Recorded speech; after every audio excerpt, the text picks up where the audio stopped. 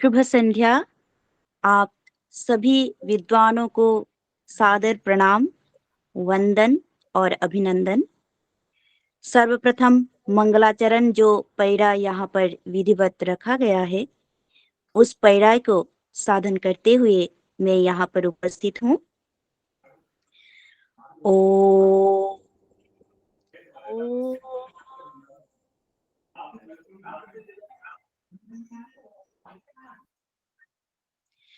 शान्ताकारं भुजगशयनं पद्मनाभं सुरेशं विश्वाधारं गगनसदृशं मेघवर्णं शुभांगं लक्ष्मीकान्तं कमलनयनं योगिभिर्ध्यानगम्यं वन्दे विष्णुं भवभयहरं सर्वलोकैकनाथम्।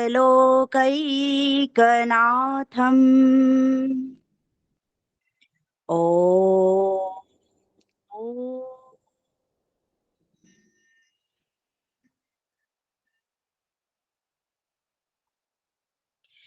वक्रतुण्ड महाकाय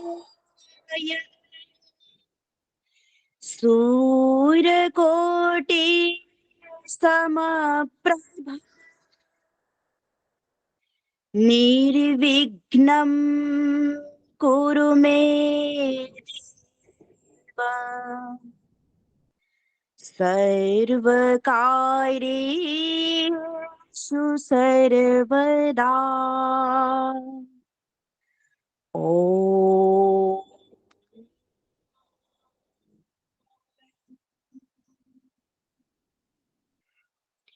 शान्तिः शान्तिः शान्तिः।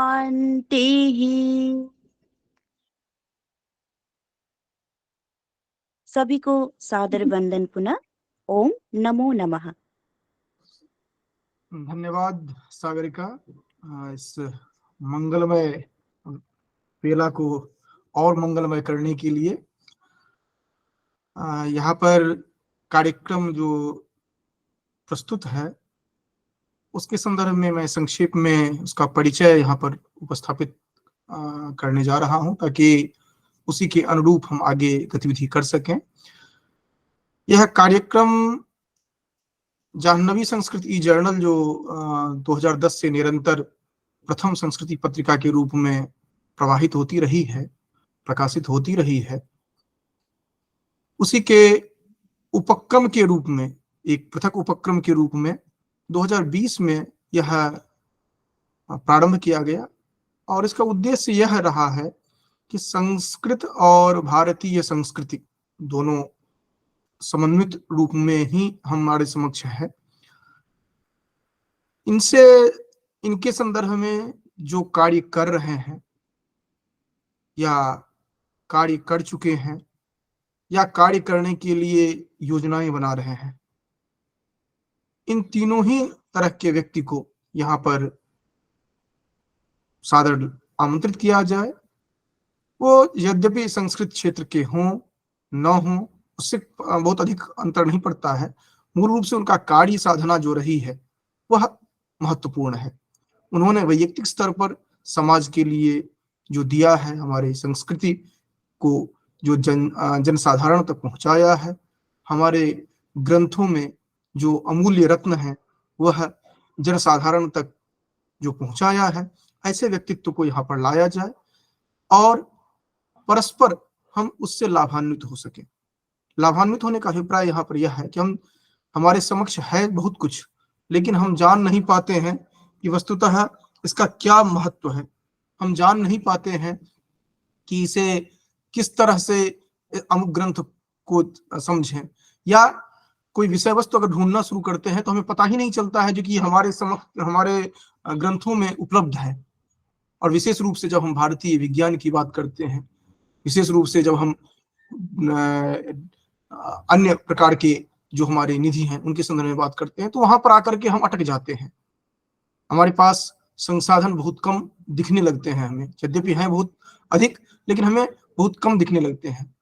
बहुत बड़े बड़े विद्वान हुए हैं, उन्होंने यथासाध्य उसको जन सामान्य के समक्ष लाने का प्रयास किया है, लेकिन अभी भी परंपरा जो है वह ये नहीं कह सकते हैं कि इत्यलम, ये नहीं कह सकते हैं, निरंतर प्रवाहित होती रहती है। तो इसीलिए हर एक व्यक्ति में अपना अलग व्यक्तित्व होता है, अलग गुण होता है, अलग तरह से वो समाज के लिए उपादेय होता है। यही इसका उद्देश्य रहा है, जो कि लाया जाए और पारस्परिक एक दूसरे से परिचित होते हैं, उसके बाद एक कोई परियोजना लेकर के आगे कार्य करते हैं, पारस्परिक सहयोग की भाव बना रहे। ये इसी क्रम में 2020 15 सितंबर 2020 को यह प्रारंभ किया गया था। पाक्षिक रूप से यह चल रहा है। यह कार्यक्रम हर एक महीने में 2 कार्यक्रम होते हैं, 2 व्यक्ति को लाया जाता है और उनसे हम लोग रूबरू होते हैं, साक्षात्कार होता है। सामान्य रूप से यह रिकॉर्डिंग रूम में केवल ये रिकॉर्ड हो रहा है। जनसामान्य की सहभागिता इसमें नहीं रखते हैं। इसको पब्लिकली saraswatnigetanam.org है, वहां पर हम उपस्थापित करते हैं परिचय के साथ। ये जन भागीदारी इसमें इसलिए नहीं रखते हैं क्योंकि उसमें डिस्टरबेंस होगी रिकॉर्डिंग में, इस कारण से। और एक निर्धारित प्रारूप है जिसके आधार पर प्रश्न रखा जाता है ताकि अधिक से अधिक जानकारी हो सके और जो वक्ता हैं, जो आमंत्रित विद्वान हैं, वह भी अधिक से अधिक उपस्थापन कर सकें, ये रहता है। यहाँ पर राष्ट्रीय संयोजिका के रूप में डॉक्टर दीपिका दीक्षित जी हैं, जिनके ऊपर और इन्हीं को लेकर के मूल रूप से कार्य चल भी रहा है, क्योंकि 2020 में जब हमने प्रारंभ किया था उस समय में विद्वान सुमन महोदय थे, यहाँ पर डॉक्टर मीनाक्षी जोशी जी थी। इस तरह बहुत सारे व्यक्ति इस प्लेटफॉर्म पर अपना योगदान दे चुके हैं। और लेकिन बीच में हुआ यह था कि यह बंद सा हो गया था, क्योंकि इसको कौन निरंतर संभाले, और मेरे पास भी बहुत सारे प्रकल्प थे तो हम उसमें सक्षम नहीं हो पा रहे थे। लेकिन इसका दायित्व डॉक्टर दीपिका दीक्षित जी ने लिया और निरंतर जब से इन्होंने संभाला तब से निरंतर चल रहा है। हर एक राज्य से, हर एक प्रांत से अलग अलग संयोजक हैं, जैसे कि आप देख रहे हैं, जो कि बिहार से शैलजा ठाकुर हैं, पूर्वोत्तर से डॉक्टर सागरिका हैं, हिमाचल से इधर पुष्पराज हैं, कर्नाटका से ये रिसर्च इंस्टीट्यूट मैसूर में है गौड़ी पीजी हैं। इसी तरह अभी नए क्या कहा जाए, ये बहुत पहले से जुड़ी हुई थी, 2007 से जुड़ी हुई है, लेकिन इस उपक्रम से अभी जुड़ी हैं डॉक्टर स्वीटी रानी, ये दिल्ली से हैं। इसी तरह टेक्निकल टीम जो हमारे हैं उनमें मनीष मिश्रा जी हैं, राहुल कश्यप जी हैं। तो इस तरह सभी अपने अपने जगह पर सेवारत हैं। मोस्ट ऑफ ऑल ये जो है केंद्रीय स्तर पर कार्यरत हैं, लेकिन उसके साथ साथ अतिरिक्त समय यह देते हैं जिससे कि कुछ सारस्वत साधनाएं हो पाती है, कुछ जान पाते हैं। और आज हमारे समक्ष जब यह प्रारंभ हुआ था तो मुझे ध्यान है, जो कि उस समय में जिनको लाया गया था वो बहुत ही महत्वपूर्ण व्यक्तित्व थे, बहुत ही कार्य किया था उन्होंने, और मिशिगन यूनिवर्सिटी में प्रोफेसर थे वो। वहां से जो ये प्रारंभ किया गया था, आज मैं देख रहा हूँ जो कि निरंतर ये अद्भुत व्यक्तित्व का परिचय हमें प्राप्त होता है, हम उनसे साक्षात्कृत होते हैं। आज जो हमारे समक्ष विद्वान हैं, ये हर दृष्टि से, जैसे इनका नाम है तो नाम में कहा जाता है जो कि डॉक्टर श्री कृष्ण जुगनू इनका नाम है, और हम लोग को ध्यान है जब पूरा अंधेरा होता है तो एक बहुत ही आकर्षक एक जीव के रूप में देखते हैं। उसका महत्व सामान्य रूप से लोगों को समझ में नहीं आता है जो कार्य वो करते हैं। इसी तरह इनका जो है समाज कुछ समुदाय जो है उन्होंने तो रिकॉग्नाइज किया, लेकिन जो इनको वस्तुतः प्राप्त होना है वह उसकी कभी इन्होंने परवाह ही नहीं की, और ये निरंतर कार्य साधना करते गए। और इनसे हमें लगभग 2-2.5 साल पहले साक्षात्कार हुआ, जब हमने देखा जो कि इतना कुछ कार्य इन्होंने किया।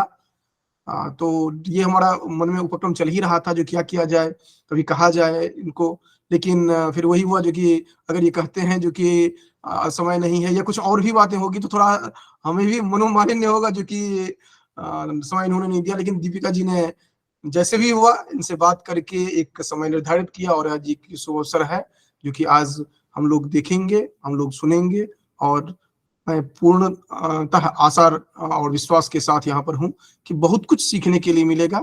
और एक विशेष उपक्रम में भी एक विशेष प्रावधान इस बार रखा गया है, जो कि इनका एक आज रखा जा रहा है, एक कुछ दिनों के बाद, क्योंकि इनके कार्य को एक दिन में समेटना संभव नहीं था, तो यही निर्णय लिया गया, जो कि 2 इनका इंटरव्यू साक्षात्कार रखा जाएगा, एक बाद में रखा जाएगा, दोनों का अलग रहेगा प्रभाग।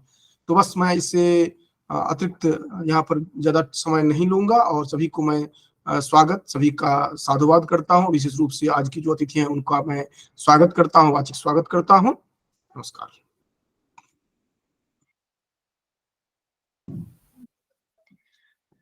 प्रणाम महोदय। सर्वप्रथम महोदय जी का इस कार्यक्रम में हार्दिक अभिनंदन है व स्वागत है। यह हमारा कार्यक्रम संस्कृतांतर वीक्षा भाग 2 जिज्ञासा प्रश्न स्थली के रूप में एक मंच यहाँ पर स्थापित कर दिया गया है, जहाँ पर हम प्रश्नों के माध्यम से महोदय जी की जो व्यक्तित्व है, उनका कृतित्व है, उसके बारे में जानते हैं। महोदय जी का कार्य इतना अधिक है कि हमें एक दिन नहीं बल्कि 2 दिन का समय महोदय जी से लेना पड़ा, और महोदय जी ने सहर्ष स्वीकार कर अनुमति भी दी है इसके लिए, और इसके लिए हम सभी महोदय जी के बहुत-बहुत आभारी हैं। और आज का समय महोदय जी का है। महोदय जी को हम सभी अधिक सुनना चाहते हैं, बोलना कम चाहते हैं, इसलिए हम सीधे अपने प्रश्नों पर आएंगे। जो हमारा पहला प्रश्न है महोदय जी के कृतित्व इत्यादि से लेकर, वह इस प्रकार है कि महोदय जी, मम्मटाचार्य जी की एक उक्ति है काव्य के प्रयोजन के प्रति कि काव्यम यशसे अर्थ कृते, में जो कवि की दृष्टि से अपने ग्रंथन संग्रह के लिए आप इनमें से किसे और क्यों महत्वपूर्ण मानते हैं, यश को या अर्थ को? हम सभी जानने के इच्छुक हैं महोदय।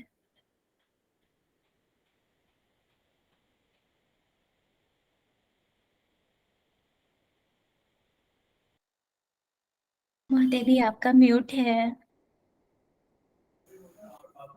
गुरु ब्रह्मा गुरु विष्णु गुरुदेव महेश्वर गुरु साक्षात पर ब्रह्म तस्मै श्री गुरुवे नमः। मम्मटाचार्य ने बहुत अच्छी बात कही,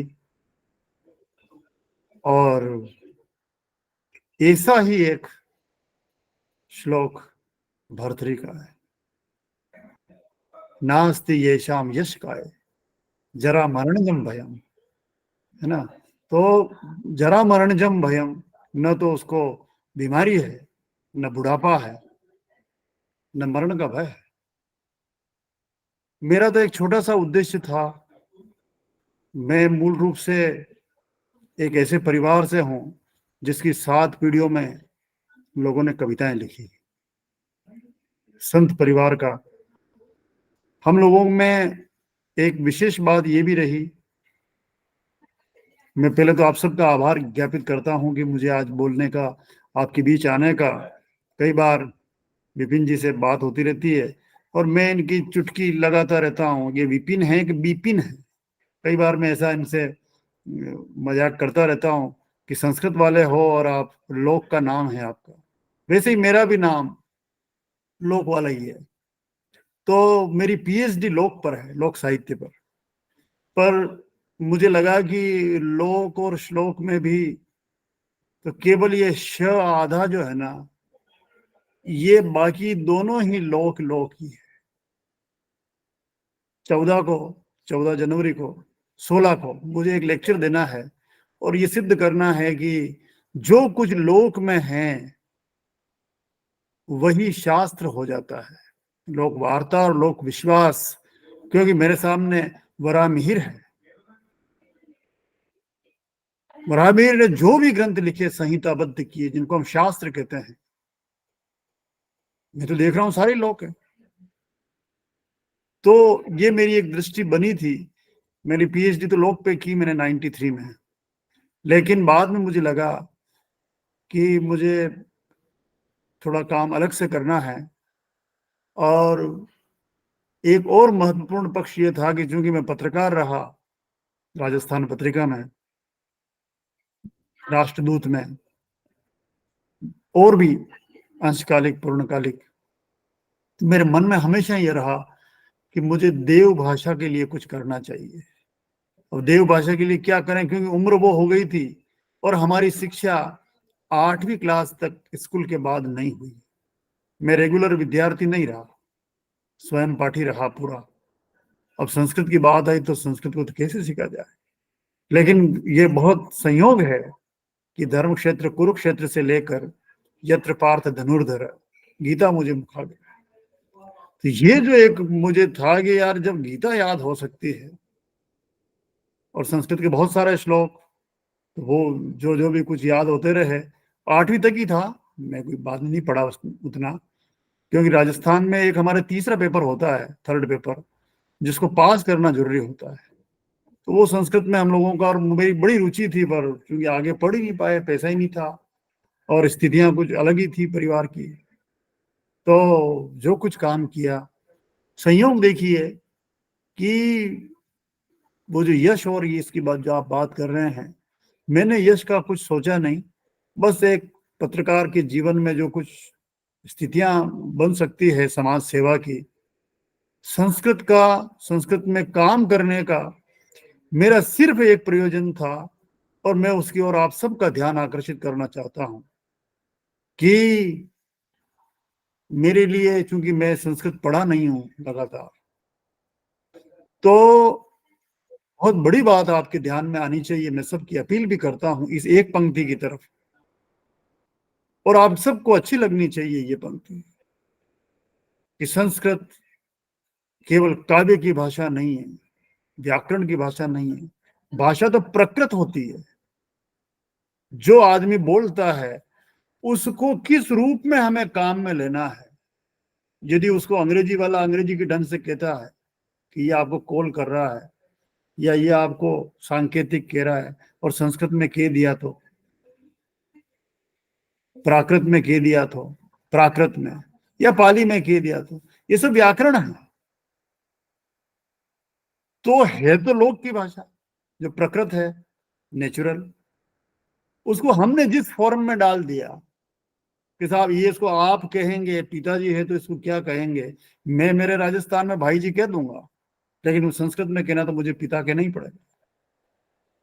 उसमें प्राकृत में भी, पाली में भी, ये सब हमारे सामने एक फ्रेम है जिसको हम कहते हैं, जिस भी भाषा में आपको प्रयोग करना है उसका तड़का लगा दीजिए। हमारे यहाँ कड़ी बनती है, आप सबने कड़ी खाई है।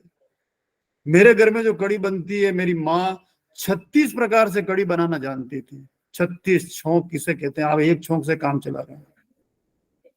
तो वो मैं कहता था ये संस्कारित करना जो है ना, तड़का लगाना, तब मेरे समझ में आया कि संस्कृत है तो आदमी बोलेगा वही, लेकिन यदि आपने पाणिनि लगा दिया उसमें, या जिनेन्द्र व्याकरण लगा दिया, कुमार व्याकरण लगा दिया, या अब आजकल जो बहुत नए नए उस पर आ गए हैं दूसरे ग्रंथ, लघु सिद्धांत कौमुदी, उस नियम पर आ गए। मैं थोड़ी सी बात ये कह के, तो मेरा एक मन हो गया कि मुझे संस्कृत के लिए काम करना है और ये सिद्ध करना है कि संस्कृत संसार में सबसे पहले वैज्ञानिक विषयों के निरूपण की भाषा है। ये मेरे तब समझ में आया जब मैंने कोई ग्रंथ नहीं पढ़ा था, पर मुझे ये सिद्ध करना था। और संयोग से आप देखिए, सरस्वती के दिन है, ये तय होता चला गया, ये तय होता चला गया कि संस्कृत में विज्ञान के सब विषयों को, एक मानव जीवन के लिए जो उपयोगी होता है, मानव जीवन के लिए जितना ज्ञान और जितनी सुविधाएं, जितने संसाधन, जितने जरूरी हैं, सब के सब संस्कृत में निरूपित हैं। आप ये कंप्यूटर ने ये चीजें छोड़ दीजिए, ये अलग पक्ष है, लेकिन जो ज्ञान हम लोगों के लिए जरूरी है, खेती में हल कैसे बनेगा तो संस्कृत में तय है, बेल कैसा होना चाहिए संस्कृत में तय है, आदमी को रोजगार कैसा मिलना चाहिए संस्कृत में तय है, किसकी क्या जीविका होगी, कौन कितना दक्ष है, सब चीज। मैं आगे से आगे बढ़ता चला गया, पेड़ की पत्ती से लेकर बहुमूल्य सोने तक और धातु तक पर जो ग्रंथ हम लोगों को मिल जाते हैं, संस्कृत है। न इसमें मेरा कोई यश की लिप्सा है, मुझे न मुझे अर्थ चाहिए। विपिन जी जानते हैं मैंने कभी किसी किताब के लिए, पुस्तक के लिए, पांडुलिपि के लिए कोई परियोजना नहीं बनाई। कोई नहीं कह सकता जुगनू जी ने किसी प्रोजेक्ट में 2 रुपए भी लिए हों, बल्कि मुझे मैन्युस्क्रिप्ट लेने के लिए पैसे देने पड़े हैं।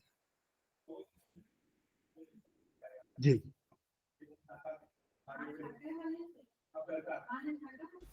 जी महोदय जी, बहुत बहुत धन्यवाद व आभार। और सत्य ही कहा है कि काव्य केवल यश और अर्थ के लिए नहीं है, बल्कि आज भी ऐसे तपस्वी साधनरत विद्वान जन हैं जिनके लिए यह जन कल्याण का विषय है, केवल यश और अर्थ का विषय नहीं है। और आपने यह सिद्ध किया है। हमारा परम सौभाग्य है कि हम आपको सुन पा रहे हैं और आगे भी लोग आपको इस प्रकार सुनते रहें। इसके लिए बहुत बहुत आभार व धन्यवाद महोदय।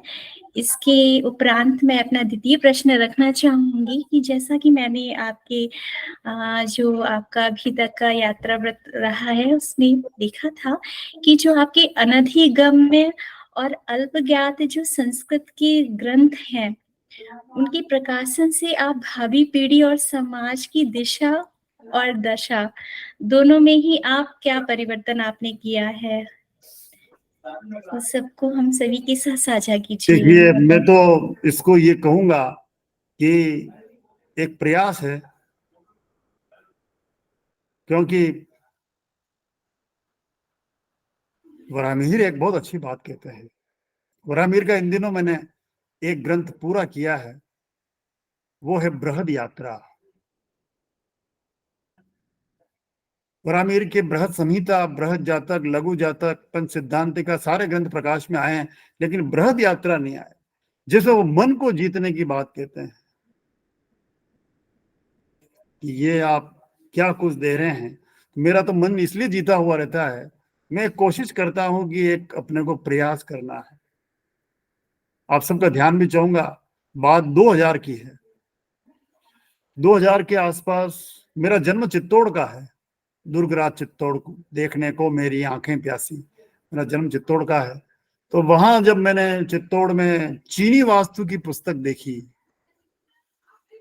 मेरा संकल्प आया कि जब चीन की किताब, चीन की पुस्तक चित्तौड़ में आ सकती है, तो मेरे चित्तौड़ ने तो सबसे अधिक पुस्तकें लिखी है वास्तु पर, ये पुस्तकें चीन जानी चाहिए। सोच लिया, अखबार में थे। अब पुस्तकों की यात्रा शुरू की।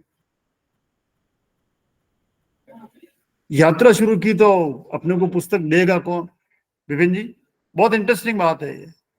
और संस्कृत के जो भी परिवार रहे हैं, आप इसको संयोग समझिएगा और बिल्कुल अन्यथा मत लीजिएगा। संस्कृत के परिवारों ने हमें कोई पुस्तक नहीं दी, आज भी नहीं देते। मैं किसी से मांगता हूं, कोई किताब नहीं मिलती।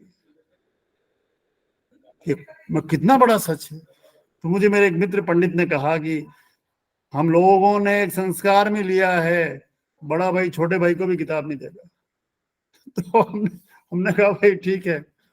तो जब एक रास्ता बंद होता है दीपिका जी, तो 100 रास्ते खुलते हैं। मुझे मेरे ही उदयपुर में वास्तु के ग्रंथ नहीं मिले, यानी जिनके पास थे उन्होंने हमें दिखाने से मना कर दिया। मेरी यात्रा शुरू होती है एशियाटिक सोसाइटी कलकत्ता, पांडुलिपियों का भंडार। मेरी यात्रा चलती है भंडारकर ओरिएंटल इंस्टीट्यूट पूना, बोरी, जहां पर ऋग्वेद की ही, अकेले ऋग्वेद की 27,000 मैन्युस्क्रिप्ट है, बाकी की तो पता ही नहीं है। यात्रा शुरू होती है Raja Sayaji Gaekwad oriental research institute Baroda, और फिर राजस्थान प्राच्य विद्या प्रतिष्ठान के बहुत सारे जो कार्यालय हैं, ग्रंथ भंडार है, वहां मैं सब जाता रहा और उनके कैटलॉग लेके बैठा रहा। सबसे बोरिंग सब्जेक्ट है सबसे, जिसमें आपको कैटलॉग दे दिया तो समझोगे क्या कैसे कुछ होता है। धीरे धीरे धीरे धीरे समझ में आता रहा। खुद ही कोई गुरु नहीं, कोई मार्गदर्शन नहीं कर रहा है। संस्कृत खुद अपना मार्गदर्शन करती है और अपने पात्र को ढूंढती है कि मैं यहाँ हूं। ये मैं बहुत दावे के साथ कह सकता हूं इस बात को। जब कोई है ही नहीं गुरु, कौन बताए अपने? तब वास्तु के ग्रंथों को शुरुआत की और आप सबको आश्चर्य होगा कि वास्तु पर मेरी लगभग 100 पुस्तकें हैं। मेरी एक भी नहीं है, सब प्राचीन मैन्युस्क्रिप्ट है, प्राचीन ग्रंथ है।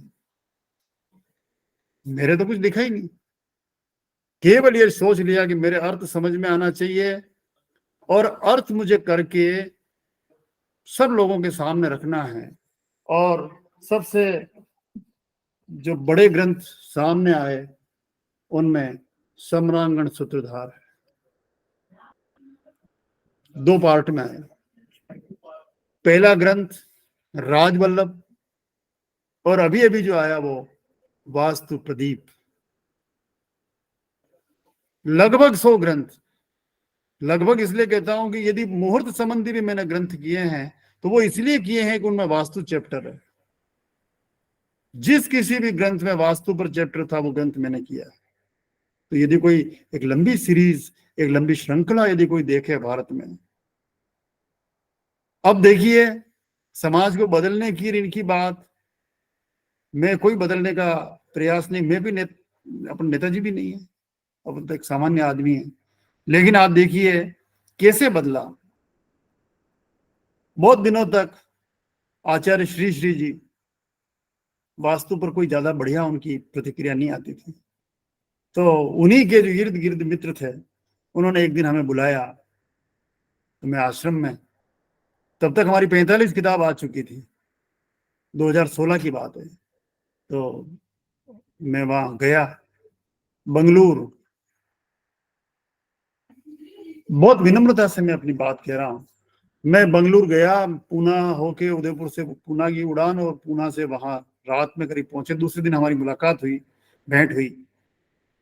मैं उनके हाथ में एक एक किताब रखता गया, 1 2 3 4 5 विपिन जी, और वो मेरी तरफ देख के सिर्फ उन्होंने कहा वास्तु पर इतनी पुस्तकें हैं। मैंने सिर्फ उनसे कहा कि यदि वास्तु विषय झूठा होता, अनुपयोगी होता, लोकोपकारक नहीं होता, तो क्या वास्तु पर 100 पुस्तकें मिल सकती थी? अभी तो 100 तैयार कर रहे हैं, पर मैं आगे से आगे बढ़ता हुआ और देख रहा हूं कि और ज्यादा भी हो सकती है। ये लाइन मैंने कही, पंक्ति, इसके बाद उस आश्रम में वास्तु पढ़ाया जाता है।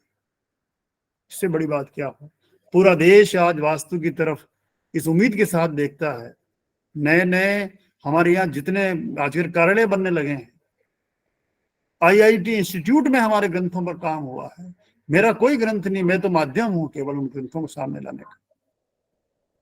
लेकिन आप देखिए, सब मध्य प्रदेश शासन में जगह जगह ये कहा जाता है जुगनू जी का हर शब्द हमें चाहिए।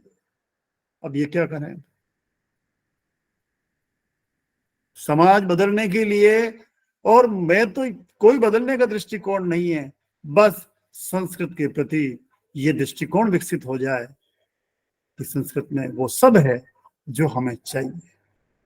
कौन कहता है आसमान में सुराख नहीं हो सकता? एक पत्थर तो तबीयत से उछाल हो जाता। बस ये इतना सा हमारा उद्देश्य है। जी,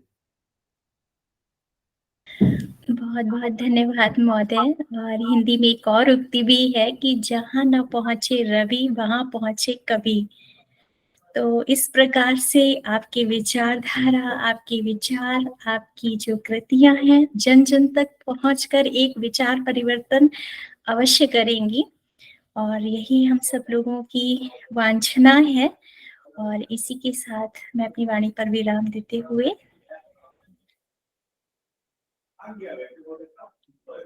नमो नमः। इस प्रश्न श्रृंखला की कड़ी में मेरा भी एक प्रश्न है जो मैं आपके सामने रखना चाहूंगा।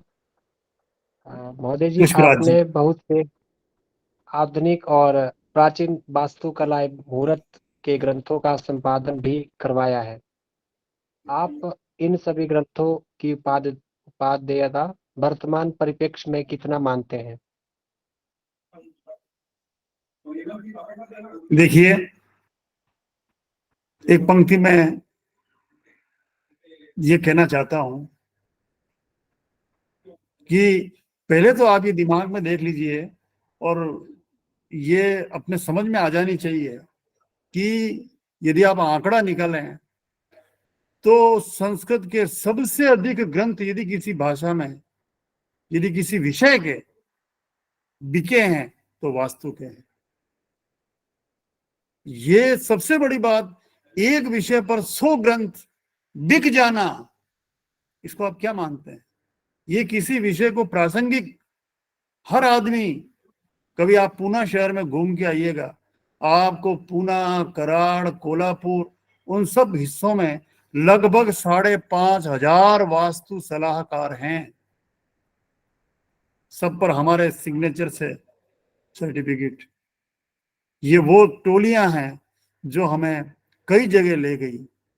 आज घरों में जहां विदेशीय वास्तु है, सबको मकान, सबको घर पूर्व दिशा वाले नहीं मिल सकते, जहां कहीं जैसी स्थितियां थी, उन सब लोगों ने उन दोष को दूर करके समृद्धि को पाया है। ये गणित नियम कि अ अक्षर का प फ ब भ म वर्ग से क्यों बनता है, ये कांकिणी गणना क्या है। आज लोग पूछ के जाते हैं कि मेरा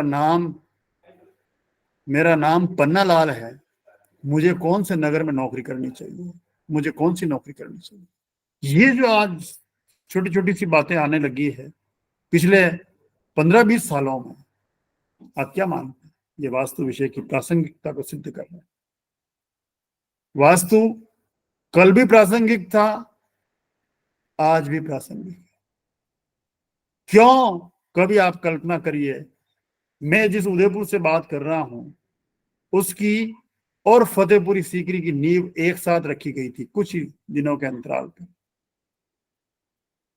उदयपुर जो वास्तु सम्मत सूत्रधार मंडन के पौत्र का बसाया हुआ है, मंडन का बेटा गोविंद हुआ, गोविंद के बाद छीतर हुआ, छीतर का पुत्र राजा हुआ, उसने उदयपुर की नींव रखी है ना। और उसके बेटों ने जगदीश जैसा मंदिर उदयपुर में, ये सबसे बड़े, मैं बात कर रहा हूं वो फतेहपुरी सीकरी लगभग खत्म हो गई। उदयपुर दुनिया के उन शहरों में है जिसको लोग देखने आते हैं। तो आप देखिए, आज भी वास्तु कोई अतीत का विषय नहीं है, वास्तु भविष्य का विषय है। और मुझे लगता है कि आपके घर में भी कौन भी वास्तु का ग्रंथ होगा। नमस्कार।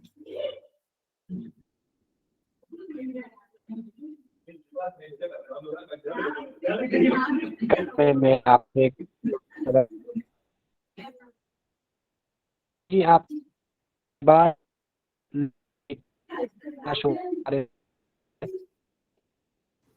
ये वीडियो ऑफ कर लेना है।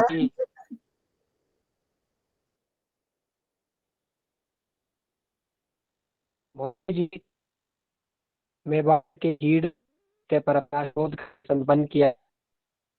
तो हम यह जानना चाहते हैं कि क्या इस लोक साहित्य के लिए आपने समाज के प्रायोगिक कोई कार्य किया है? मेरी पीएचडी का विषय राजस्थान का हीड़ साहित्य रहा। हीड़ लोक देवता देवनारायण हुआ।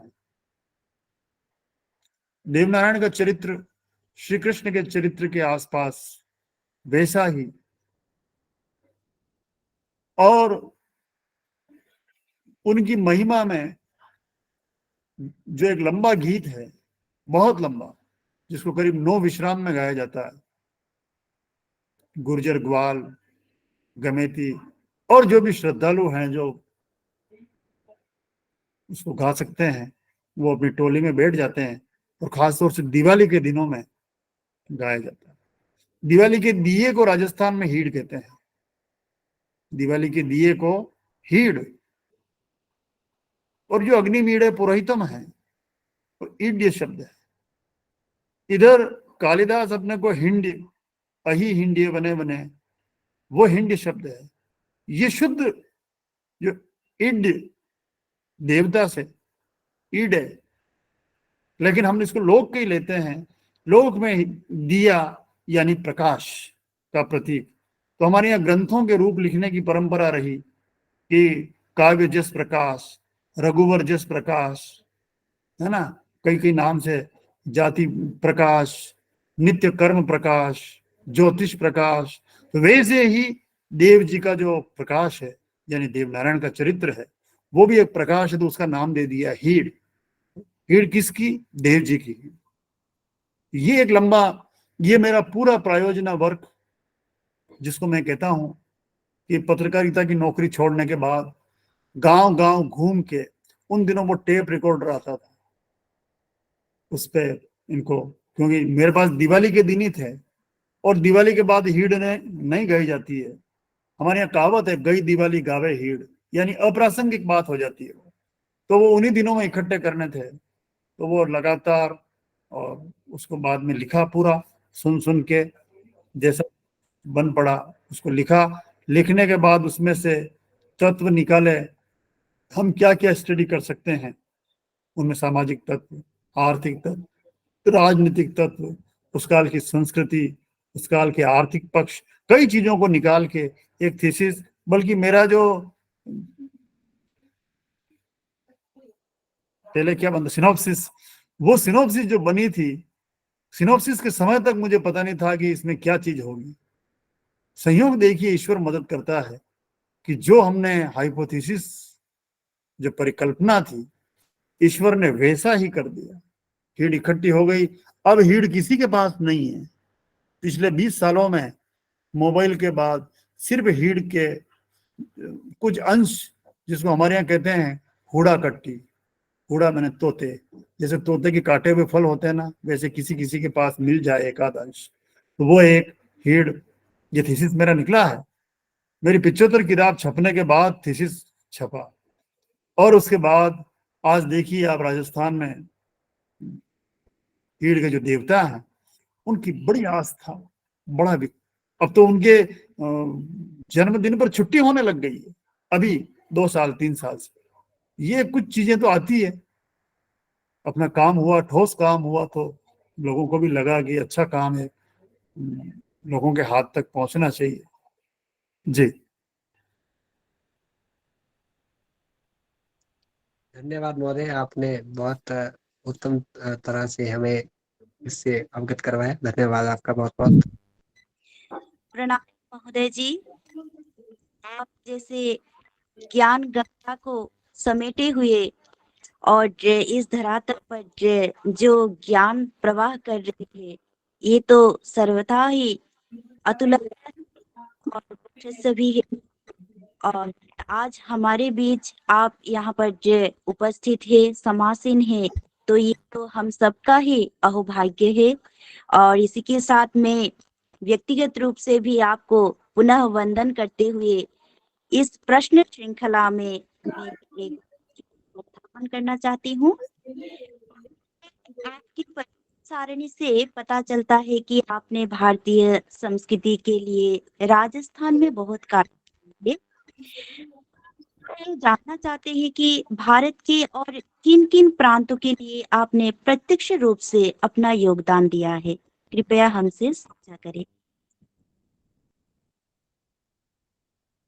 सागरिका जी, प्रणाम और बहुत सारा आशीष। एक अच्छी बात आपने कही। वैसे मैं कोई राजस्थान तक, जिसको कहते हैं, वो एक पीएचडी का विषय था, और पीएचडी अब तो समझ में आता है कि वो मेरी प्राथमिक कक्षा थी। मुझे लिखना था, लिख दिया, एक डिग्री मिल गई, और वो छप गई, और लोगों के खूब बिकती है, लोगों को काम भी आती है। पर अब मुझे उस रूप में कोई मानता ही नहीं है कि आप लोक साहित्य के थे। लोगों ने तो संस्कृत वाला कह दिया कि आप संस्कृत के हैं। तो हर प्रांत के लिए मुझे अपने सब ग्रंथों के लिए मैं इस सब चीजों से, यानी जिसको कहते हैं क्षेत्रीयताओं से, भाषाओं से ऊपर उठ के, यदि आप देखो तो जब मैं मयमतम का काम कर रहा था तो मयमतम की रचना चोल साम्राज्य में, मेरे ख्याल से 1014 की बात है, 2014 में जयंती मनाई थी चोल साम्राज्य की, सम्राट की। बृहदेश्वर का मंदिर जब बना तब मयमतम का संपादन होता है। वो ग्रंथ जो वहां का था उसको भी हम हिंदी में लाए। यानी मैं ये कह सकता हूं ये ग्रंथ जो सार्वभौमिक सिद्धांत के हैं, मयमतम यदि अनुपयोगी होता तो आप देखिए 15वीं शताब्दी में मंडन अपने रूप मंडन में मय के श्लोक से शुरुआत नहीं करता। गज घंटा रवा बकरियों के गले में बांधे हुए जो पाषाण शिला परीक्षा लिखता वो, तो आप देखिए वो उनके श्लोक उद्धृत नहीं करता। यदि ये ग्रंथ केवल दक्षिण तक सीमित रहने वाले या दक्षिण के लिए ही उपयोगी होते हैं तो शायद हेमाद्री 1260 ईस्वी में देवगिरी में मय के ग्रंथ मयमतम, मय दीपिका, मय संग्रह और मय शास्त्र के श्लोक उद्धृत नहीं करते। भारत की सबसे बड़ी विशेषता संस्कृत की कि जो ग्रंथ चित्तौड़ में लिखा गया है, छोटा सा उदाहरण है, जो जयदेव ने कहा ग्रंथ लिखा, गीत गोविंद, उसकी टीका महाराणा कुंभा ने चित्तौड़ में रसिक प्रिया, सबसे सुंदर टीका गीत गोविंद की जो मानी जाती है, उसकी टीका कहाँ हुई है? थोड़े ही साल बाद चित्तौड़ में 1460 के आसपास। तो संस्कृत इस तरह का नहीं, संस्कृत तो सार्वभौम भाषा है। संस्कृत ने क्या नहीं किया।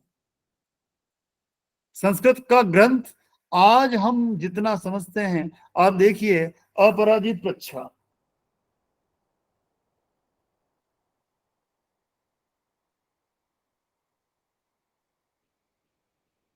ये दूसरा वॉल्यूम है, 2 वॉल्यूम में अपराजित प्रच्छा, जिसकी रचना काल मैंने 1230 ईस्वी माना है, वो 1260 ईस्वी में हेमाद्री उसके उद्धृत दे रहे हैं। यूं का नाम मुझे मिला तथा च अपराजित प्रच्छायाम। तो मैंने कहा ये आप तक कैसे हो? इसी आधार पर हमने इस पुस्तक का रचना काल निर्धारित किया। तो आप देखिए, या जैसे अपन कहते हैं कि राजा भोज का सम्रांगण सूत्रधार लिखा तो धार में, हालांकि मेरी मान्यता है कि उसकी चित्तौड़ में रचना हुई है, क्योंकि तब कुमार काल में चित्तौड़ में रहे थे राजा भोज। तो बाद में वो 1015 में उनको मुंज के बाद राजपद दिया गया। लेकिन ये मुझे लगता है आज कौन उसको ये कहेगा साहब इसको चित्तौड़ में लिखा है, भारत में लिखा है। संस्कृत एक ऐसी भाषा, कभी एक प्रांत से दूसरे प्रांत तक पत्राचार होता था। शिवाजी का पत्राचार मेवाड़ के साथ यानी उदयपुर के साथ हुआ है तो वो संस्कृत में था, ताकि यहाँ के लोग भी समझ लें। मराठी नहीं आती है, संस्कृत आती है। किसी भी गिरवाण वाण्याम है, जो देववाणी है वो तो सबके समझ में आनी है। तो कौन कोई विद्वान मिला रहेगा, और राजाओं के पास ऐसे विद्वान होते थे जो संस्कृत पे काम लगातार करते थे, उनको राजाश्रय था। तो मुझे लगता है कि यदि हम लोगों ने आंध्र के लिए काम किया है, महाराष्ट्र के लिए काम किया है,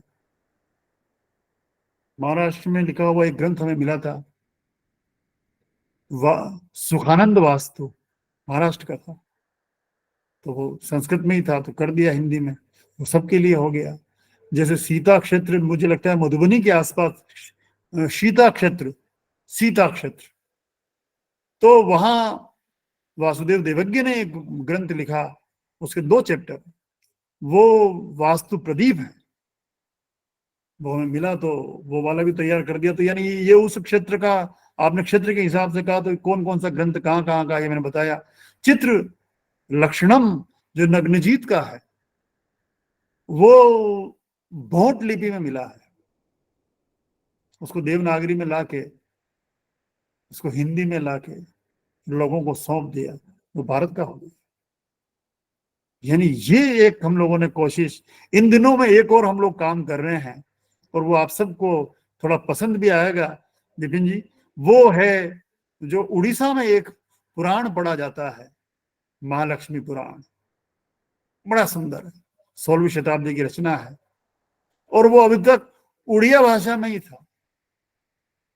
लगभग 20 वर्ष से मैंने लगातार मित्रों को हाथ जोड़ जोड़ के निवेदन किया कि इसको तू देवनागरी मेरे हिंदी में कर दे, मैं इसको संस्कृत में कर दूं।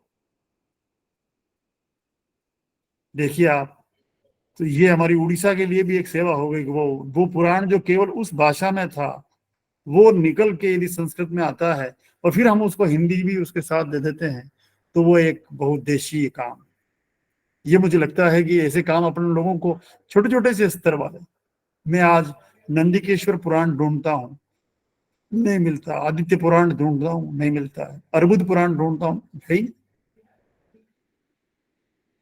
तो ऐसे बहुत सारे एक ग्रंथ और भी हैं, मैं ध्यान चाहूंगा कि वो है सारस्वत मत, और ग्रंथ का नाम है भूमिगत स्रोतों की पहचान। अब जाके उसकी मैन्युस्क्रिप्ट मुझे मिली, कोशिश करते करते 20 वर्ष हो गए।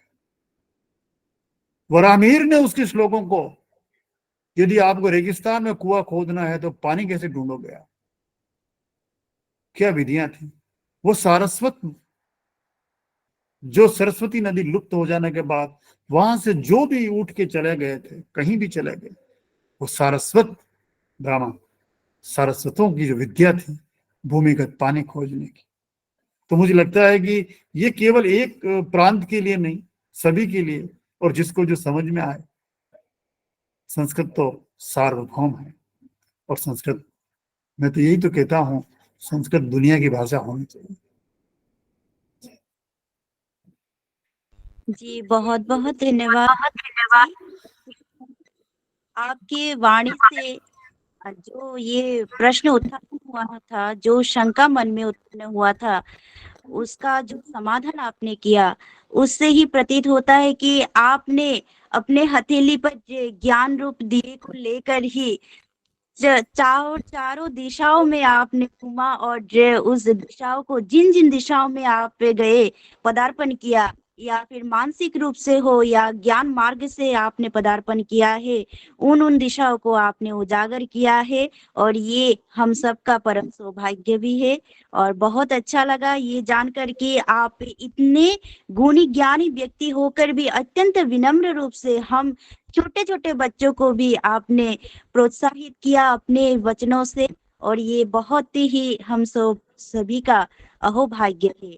और इस श्रृंखला में मैं दूसरा प्रश्न भी उपस्थापन करना चाहती हूँ। एक लाइन पहले मैं कहूंगा, जी जी महोदय जी। मेरे इस सब काम के पीछे जब बेटियां ऐसे बोलती है ना, तो मुझे जोश आता है, मुझे हिम्मत आती है, शौर्य आता है, विक्रम उत्पन्न होता है। इस सब काम के पीछे जिसने भी मेरी कोई एक भी पुस्तक देखी है ना, उसमें 2 नाम मिलेंगे आपको भूमिका में, एक अनुभूति होगी और एक अनुकृति होगी। अनुभूति जो पापा की है, और अनुकृति जो मम्मी की है। अनुकृति कोई भी ग्रंथ मिलता है, ये इसको टाइप करना है तो वो कंप्यूटर पे कर देता है। और अनुभूति संदर्भ कहाँ ढूंढा जाएगा, किस किताब में होगा, कैसे होगा। पापा नौकरी करके आए तब से इतने इतने संदर्भ। ये जो एक देन किसकी है, बेटियों की। जी मैं जी, तो ये बात भी जी, ये बात भी साझा करके हम जैसे बेटियों को और भी प्रोत्साहित किया आपने, और भी प्रेरित किया है। वस्तुतः बेटियां लक्ष्मी होती है तो फिर सरस्वती के साथ भी लक्ष्मी रहती ही है, और आप तो साक्षात सरस्वती के असीम कृपा से जन्म लेते हुए, यहाँ पर भूमिष्ठ होते हुए इस धरती को पुनीत करने के लिए आए हैं। और माता लक्ष्मी हो तो भी क्या कहना। तो इसी बात को हम सारोगत करते हुए इस प्रश्न श्रृंखला में दूसरा प्रश्न भी उपस्थापन करना चाहते हैं। महोदय जी, पत्रकारिता में भी आप सिद्धहस्त हैं और आपने अभी विशेष योग्यता प्रतिपन्न भी किया है। तो एक जिज्ञासा है कि क्या संस्कृत की पत्रकारिता के लिए आपकी कोई अग्रिम परियोजना है जिससे युवागण कर्म संस्थापन हेतु लाभान्वित हो? देखिए, संस्कृत पत्रकारिता, कई पत्रिकाएं संस्कृत में आई। मैं इस लाइन को ऐसा कहना चाहूंगा कि पुराणम से लेकर सुभाषितम, संस्कृतम, वैचारिकी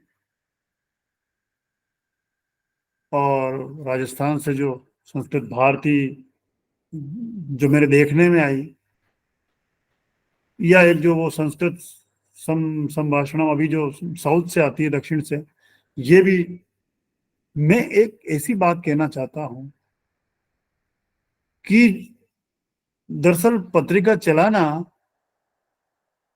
सबसे कठिन काम है, और एक ऐसा सोच लेके भी, जिसको मैं दूसरे शब्दों में कहूंगा कि जब तक आपने उसमें विकल्पहीन विषयों को शामिल नहीं किया तब तक आप चर्चा में नहीं आ सकते। यानी ये विषय पढ़ना है तो आपको यही पत्रिका देखनी पड़ेगी। मेरे पास कई सारे शोध रिसर्च या रिसर्च जर्नल जो बड़ौदा ओरिएंटल इंस्टीट्यूट के हैं, या Bombay journal of the Bombay university के हैं, ये कई, या एशियाटिक सोसाइटी के जर्नल्स हैं, या बोरी की जर्नल्स हैं, कई मेरे पास आते हैं। और ताज्जुब होगा, आश्चर्य होगा, 80 पत्रिकाएं मेरे घर आती है हर महीने या हर दूसरे महीने में। 80 पत्रिकाओं का मैं मेंबर हूं, 80। तब मैं ये कहता हूं कि संस्कृत की पत्रकारिता, संस्कृत में लिखने के लिए या संस्कृत की चेतना के लिए आपको विकल्पहीन विषयों को देना होगा। जैसे यदि हमने दे दिया कि आपको सारस्वत विद्या लिखनी है, वो पढ़ेगा ही पढ़ेगा, कोई विकल्प ही नहीं है। किसी आदमी को आपने अंग्रेजों के देश में उतार दिया तो वो जगमार के अंग्रेजी सीखेगा। वैसे ही खेल जो है वो संस्कृत के लिए होगी। उन्होंने अंग्रेजी इतनी प्रचारित कर दी और हम लोग संस्कृत तक सीमित, क्योंकि हम लोगों ने उसको विकल्प कर दिया। लेकिन समस्या ये नहीं है अनुवाद करने से कोई संस्कृत खत्म। हम लोगों ने मूल पाठ साथ दिया है। हो सकता है मैं गलत हूं, क्योंकि मैं संस्कृत वैसी नहीं पढ़ा, क्योंकि मैंने तकनीकी विषय ही किए हैं। मैं कई बार रुपेन जी को भी कहता रहता हूं कि जहां भी काव्य की संस्कृत आती है मैं तो उलझ जाता हूं, क्योंकि वो मैंने पढ़ी नहीं। उसका अर्थ मुझे करना होगा तो मेरी समस्या आती है। मंगलाचरण में तो मैं उलझ जाता हूं। सबसे कठिन काम मंगलाचरण लगता है, मंगलाचरण का अनुवाद करना, जबकि है कुछ नहीं, देवताओं के नाम होते हैं।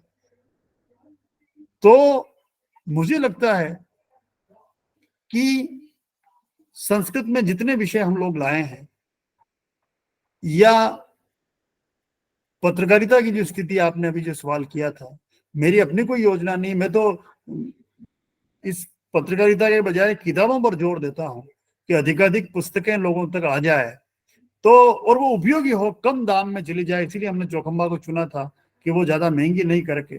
अच्छा, हर चीज में यह ध्यान रखिएगा, मैं वैसा प्रचारक नहीं होऊंगा कि जिसमें मर्जी हो जो अर्थ कर दूं, मूल पाठ तो है ही नहीं।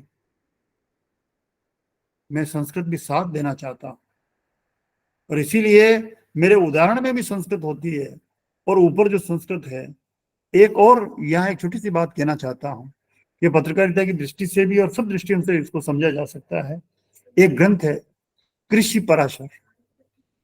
कृषि पराशर, मेरे ख्याल से उसमें 300 श्लोक होंगे, और उसका जो भी मैंने अनुवाद देखा, मुझे लगा कि मर जाना चाहिए। ये किसने अनुवाद किया, क्या किया? भले ही कितनी कुछ अक्ल लगाई हो, लेकिन उन लोगों ने अनुवाद किया जो खेती जानते ही नहीं, या जिन्होंने बंद कमरे में बैठ के उसका अनुवाद, तब मुझे गुस्सा आया था और मैंने उसकी टीका ही संस्कृत में की। यदि किसी मित्र ने वो ग्रंथ देखा हो तो हमने फिर नाम भी बदला, बृहत कृषि पराशर, क्योंकि वो उसके बाद छोटा नहीं बड़ा हो गया। हर संस्कृत के श्लोक सेम ये स्थिति वास्तु सौख्यम में थी। वास्तु सौख्यम एक ऐसा ग्रंथ जो टोडरानंद के भीतर है, लेकिन हमने जब उसका वो अर्थ, उसके 2 अर्थ पहले थे, शैलजा पांडे ने भी किया और कमलाकांत जी शास्त्री ने भी किया। मैंने कहा तो मेरे अर्थ समझ में नहीं आ रहा, ये क्या अर्थ किया। तो हमने चुनौती मानते हुए वास्तु सौख्यम का संस्कृत में भी अर्थ किया।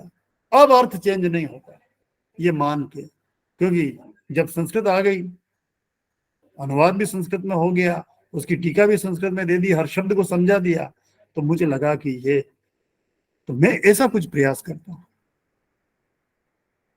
जी जी, बहुत बहुत धन्यवाद महोदय जी।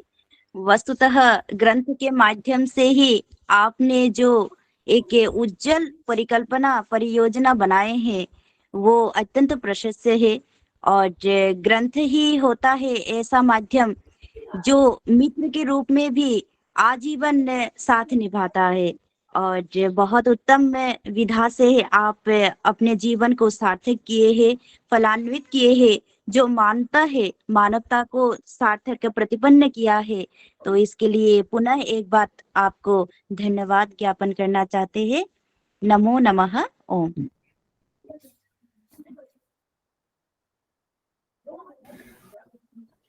महोदय जी, मैं पुनः एक बार अपनी जिज्ञासा के साथ उपस्थित हूँ यहाँ पर और अधिक समय नहीं लूंगी।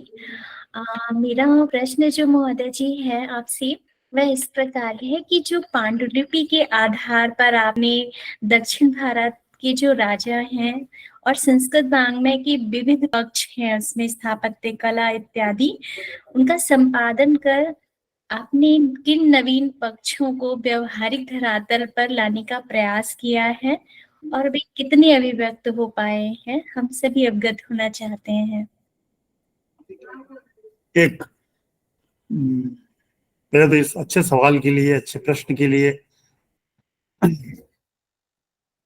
मैं इसको यूं कहूंगा कि संस्कृत में जो भी तकनीकी ग्रंथ लिखे गए हैं वो किसी एक क्षेत्र के लिए नहीं है, किसी एक भूमि के लिए नहीं है, सार्वभौम रूप से। मुझे तो चमत्कार यही तो नजर आता है, यदि हम लोगों ने घर बनाते समय इस जमीन की परीक्षा कर ली, भूमि की परीक्षा कर ली, कौन सी भूमि किसके लिए ठीक है, कोई भविष्य में कोई बाधाएं आने वाली नहीं है। संस्कृत की सबसे बड़ी बात यह है कि जिस दिन आप किसी की नींव रख रहे हैं, उत्तरायण है, दक्षिणायन है, सूर्य शोधन करके, दिशा शोधन करके नींव रख दीजिए। आपको कौन से नगर में नौकरी करनी है जो आपको फलदायी हो सकती है। बार बार आदमी धंधे बदलता है, क्यों बदलता है? अपने उद्योग बदल देता है, अपनी सर्विस बदल देता है। 3 तो मैंने भी बदली है। जब समझ में आया कि नहीं अब नहीं बदलेंगे, तो तब समझ में आया जब ये सब ग्रंथों में काम किया। और मुझे जो करना था, मुझे कहाँ रहना था, किस दिशा को चुनना था, मेरी आय क्या हो गई, मेरा व्यय क्या होगा, ये जब मेरे गणित समझ में आ गई, तो मैं इस बात को कहना चाहता हूं कि चाहे ये ग्रंथ दक्षिण में लिखे हों, चाहे शिल्प प्रकाश जैसा ग्रंथ जो उड़ीसा का है, या अपराजित प्रच्छा जो चित्तौड़ का है, या सम्रांगण सूत्रधार जो भी चित्तौड़ का और धार का है, उज्जैन का, तो मुझे लगता है ये ऐसा नहीं है। संस्कृत में यदि अब आप देखिए, संस्कृत के कृषि पराशर की पांडुलिपियां हम लोगों को कलकत्ता में मिलती है, लेकिन उसमें जिन पर्वों का उल्लेख था कि कार्तिक प्रतिपदा के दिन, शुक्ल प्रतिपदा के दिन यानी दिवाली के दूसरे दिन गायों के सींगों को रंगा जाए और उनके आधार पर आने वाले समय का परीक्षण हो, यह परंपरा राजस्थान में है। तब मुझे लगा कि यह ग्रंथ उधर का लिखा हुआ नहीं है, लिखा हुआ यहाँ का है, क्योंकि ये परंपरा आज भी गांव गांव मौजूद है, मेरे गांव में भी। और मेरे हीड़ का जो विषय था वो भी यही था, उसमें भी ये उल्लेख है। तो मुझे लगा कि ये अर्थ मुझे कर देना चाहिए, वह उनकी समझ में नहीं आया। गोबर को कब कब घर से नहीं निकालते हैं रात में, किस वार को नहीं निकालते हैं ताकि लक्ष्मी चली जाए। ये जो मान्यता जो हमारे इधर थी उधर, तो मुझे ये नहीं लगता है कि कोई ग्रंथ किसी एक क्षेत्र में लिखा गया तो वो दूसरे के लिए। हम लोग तो, ये बात मैंने पहले भी कही थी, संस्कृत सब दृष्टियों से सर्वहिताय बहुजन हिताय है ना। ये मतलब स्वांत सुखाय तो लोगों ने लिखा होगा, लेकिन ये सत्य है कि ये बहुजन हिताय हर प्रांत में। पांडुलिपि कहीं भी मिलो, एक ग्रंथ बड़ा सुंदर है, परशुराम गीता। परशुराम गीता संयोग देखिए, वो पूरा का पूरा ग्रंथ जिसका एक बड़ा पोर्शन भाग वो कृषि पर आधारित है और मलयालम पाठ है। हमने उन मित्रों को सौंपा है जो उस लिपि को जानते हैं, हमने कहा इसको देवनागरी कर दीजिए ताकि हम इसको संस्कृत में करके राष्ट्रव्यापी जो कहीं भी ज्ञान, ये हमारी परंपरा रही, जो भी कथा किस्सा, महाभारत तो उदाहरण है। महाभारत में वो है जो भारत में है, यदि भारत में नहीं है तो महाभारत में भी नहीं है। ये जो आप श्लोक बोलते हो, ये त्रिभारत दिए, ये मुझे लगता है कि वो सब चीजों को ऊपर उठ के, यही एक उद्देश्य देखिए आप कि संस्कृत में यदि ऊंट संस्कृत के किसी विद्वान को नजर नहीं आया या ऊंट की उपयोगिता नजर नहीं आई तो संस्कृत में उष्ट शास्त्र था ही नहीं। ये कितनी बड़ी बात है। और हम लोग केवल मजाक उड़ाते रहे, काव्य शास्त्र विनोदेन, उसके एक समानांतर उसके कि उष्टा नाम विवाहेषु गीतम गायन्ति गर्दभा परस्परम प्रशंसन्ति अहो रूप महोध्वनि। बेचारे हमारे ऊंट की हम लोग हंसी उड़ाते रहे, उनको क्या पता ऊंट का कितना।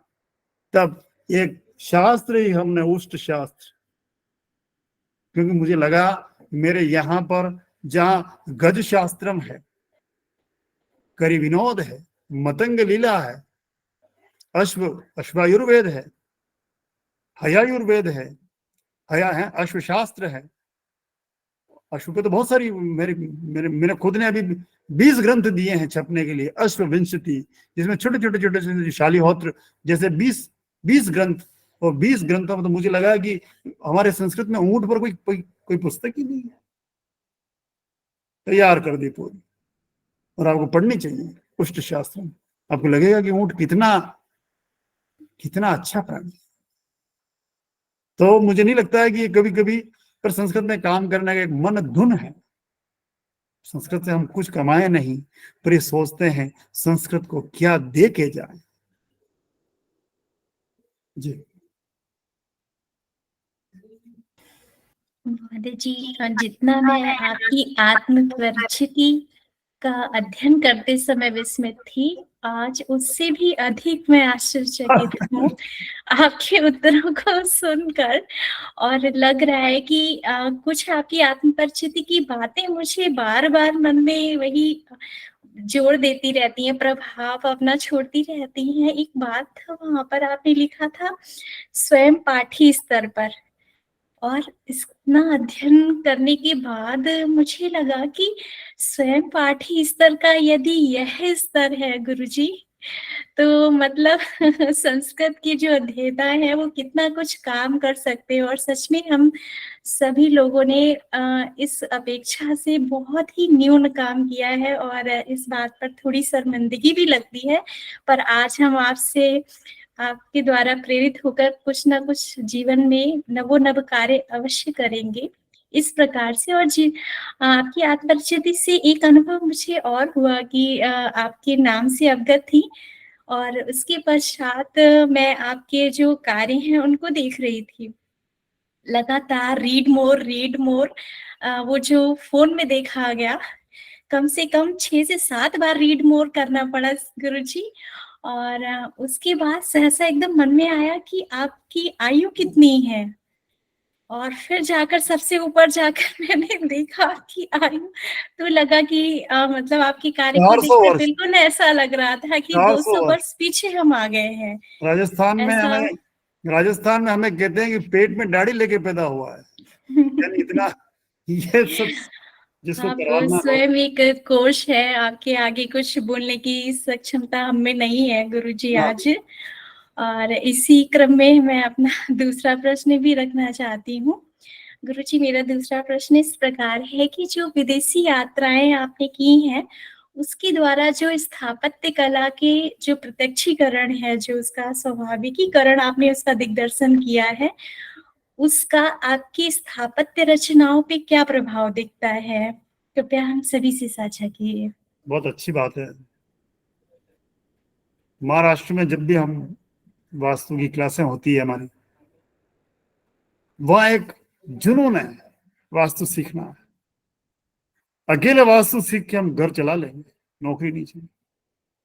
मित्र है मेरे और शिष्य भी हैं, नरेन उमरीकर, छोड़ दिया, नौकरी नहीं करी, इंजीनियरिंग की नहीं, उनको लगा कि मुझे वास्तु करना। तो वहां उन सब मित्रों ने मिलके, मैंने कहा भाई मेरे तो विदेश जाने के योग तो हैं, पर मेरे पास पैसा तो है नहीं। उन दिनों एक्सीडेंट भी हुआ था, एयरलाइन फ्रैक्चर था, तो मैं बड़ा संकट में था कि नहीं, आपको हम लोग ले चलते हैं थाईलैंड और कंबोडिया, जावा भी, आगे इंडोनेशिया के भी।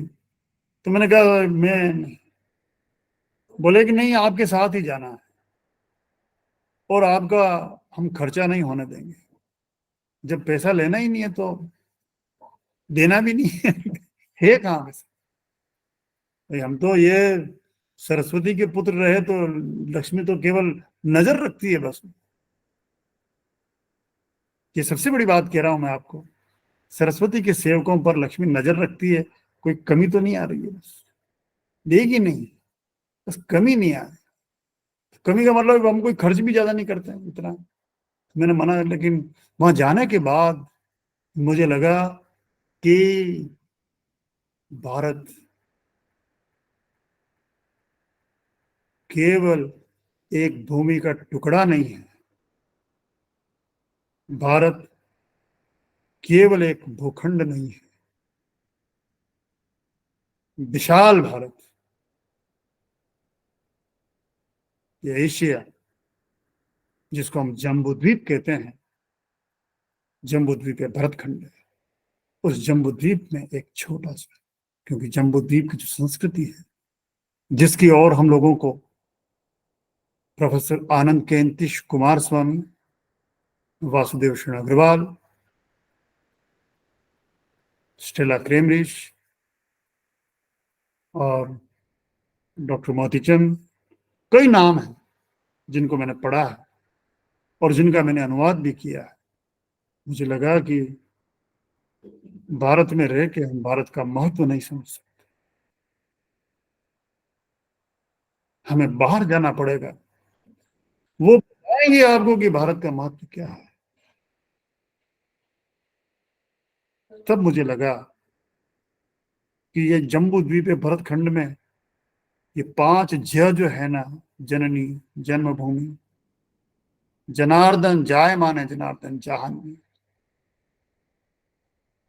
मुझे लगता है कि विदेश जाने के बाद मुझे ये भी महसूस हुआ कि किस तरह से अपने ज्ञान के इंजेक्ट सम, क्या बोलते हैं जिसको, प्रेषित करने का, जो प्रेषित और संरक्षित, एब्जॉर्ब, छुपा देना, निगल जाना, जो विदेशी लोगों ने किया। ज्ञान वहां से आ रहा है, निकल जाओ, ज्ञान वहां से आ रहा है, निकल।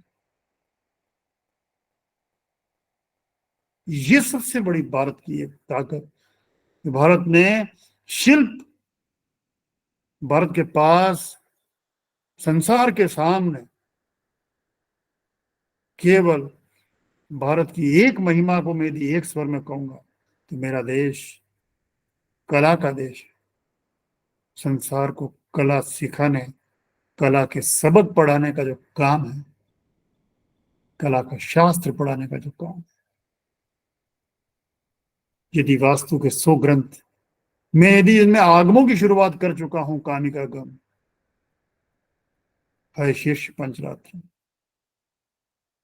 दीप्तागम, अजितागम, ये 52 आगम है, शैवागम है, वैष्णवागम इसके अलावा है, शाक्तागम इसके अलावा है, सूर्यागम इसके अलावा है। कितने सारे ग्रंथों में कला की चर्चा है। मैं सब देखता जा रहा हूं, संस्कृत का जो ग्रंथ भंडार है, और हम सब लोगों ने इनको धार्मिक बातें कह के, इनका प्रभाव मुझे विदेशों से लगा। मुझे विदेश में वो ग्रंथ का, उस ग्रंथ की सार्थकता नजर आई कि मय मतम, और उससे भी पहले जो अगस्त्य मुनि का सकलाधिकार है,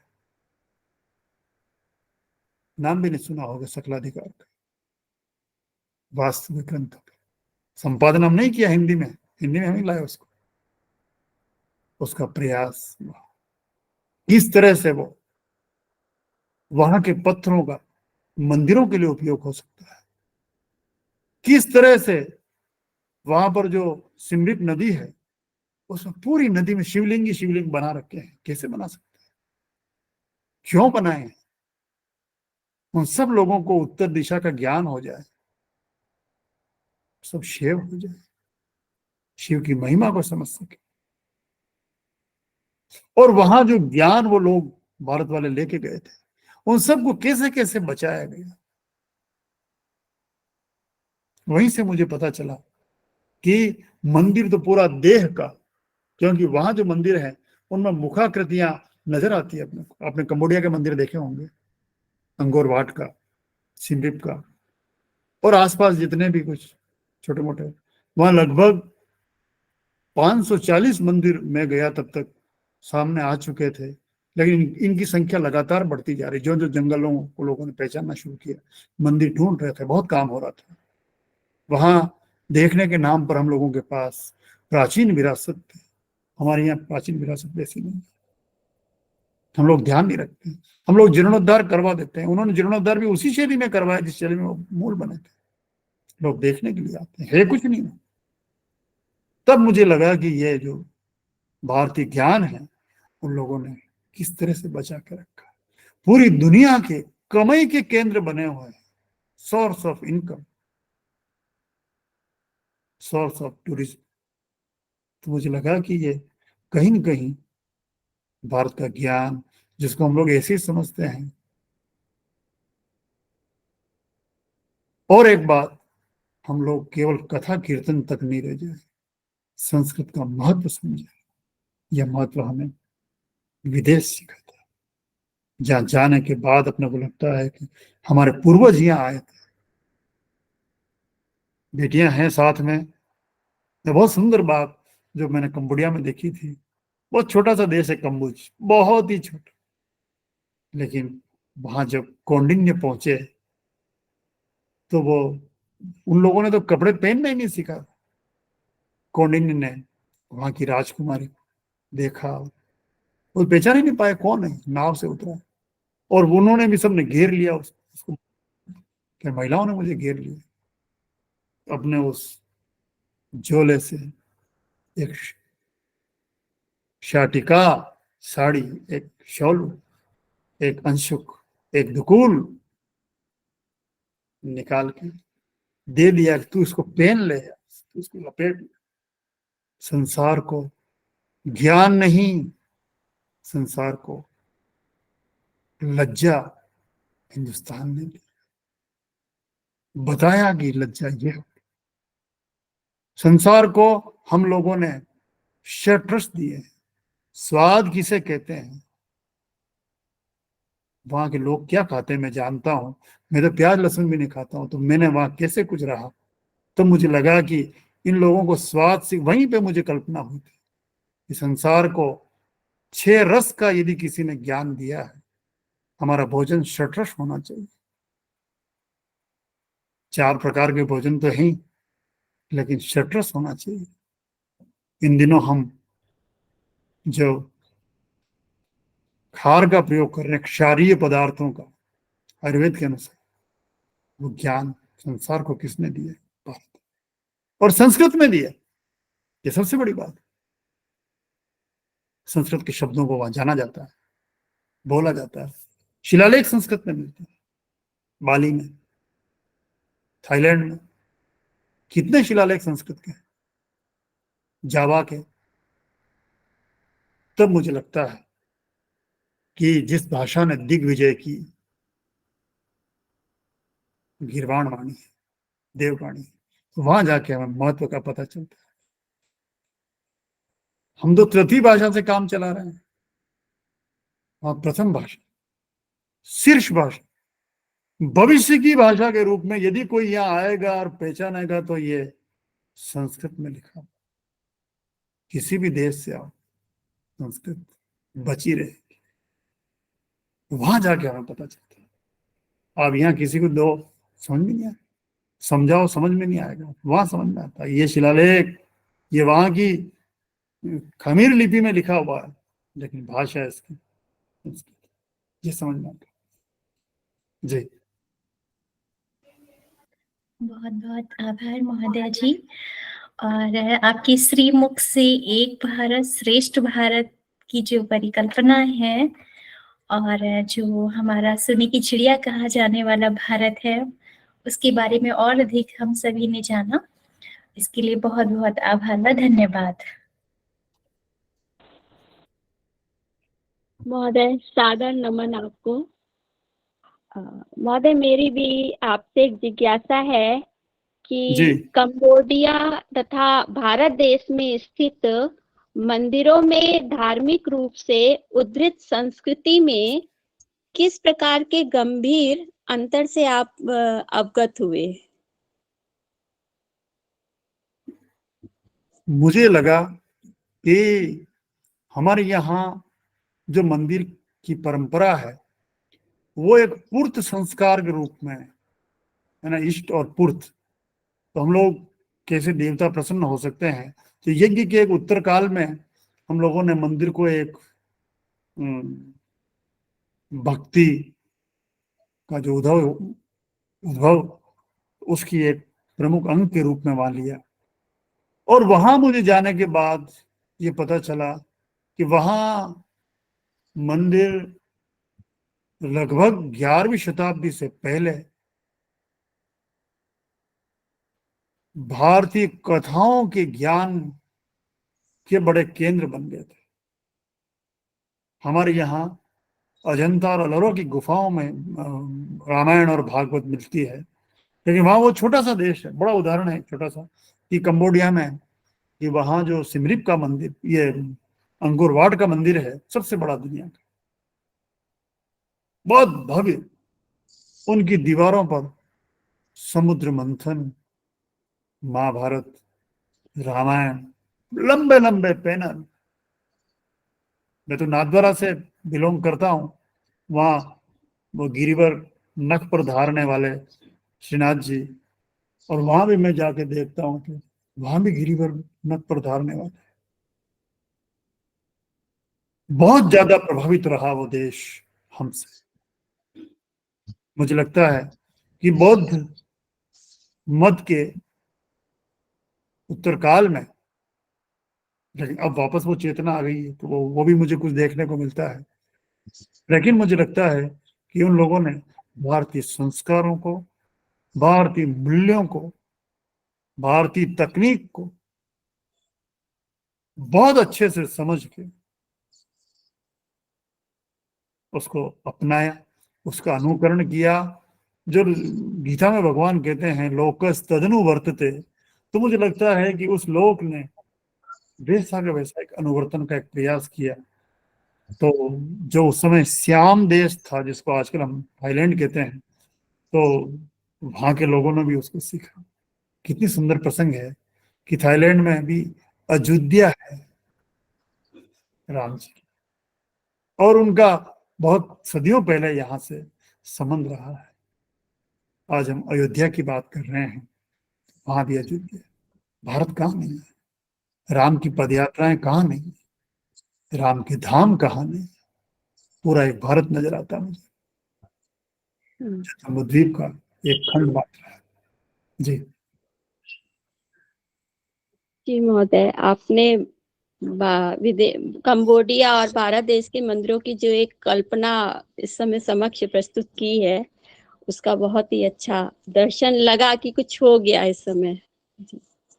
महोदय, इसी संदर्भ में मेरा द्वितीय प्रश्न ये है कि वास्तु तकनीकी क्रिया और वास्तुशिला चयन का वर्तमान समय में क्या महत्व है हमारे जीवन में?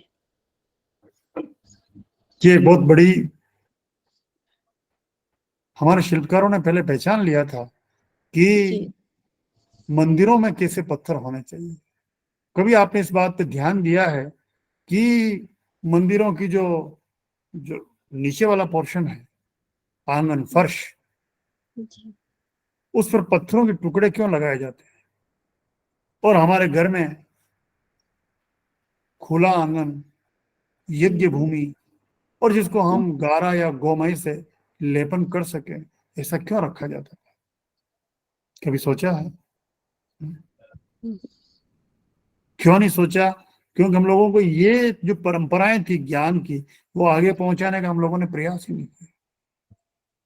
संस्कृत के ये ग्रंथ हमें सब बताते हैं कि इस घर में शिला होनी चाहिए कि नहीं होनी चाहिए,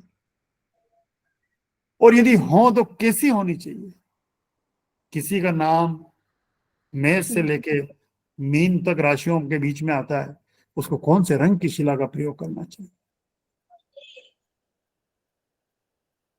यदि वो सिंह राशि है तो उसको कौन सा रंग होगा, वृषभ है तो कौन सा रंग।